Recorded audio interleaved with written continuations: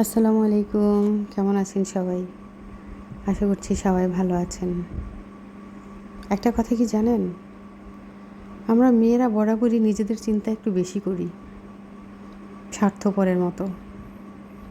আমাদের কি নেই, কি আছে, কি লাগবে, এগুলো নিয়ে হয়তো আমরা আমাদের স্বামীদেরকে প্রেশার দিই।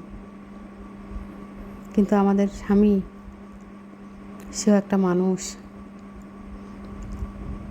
সে কি করে, কত কষ্ট করে ইনকাম করে এনে আমাদের মুখে, পরিবারের মুখে হাসি ফোটায়, সেটা কি আমরা কখনো জিজ্ঞেস করি? হয়তো বা না।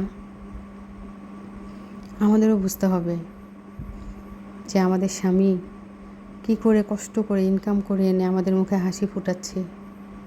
সে খেয়ে আছে না না খেয়ে আছে, এটাও কি আমরা একবার জিজ্ঞেস করতে পারি না?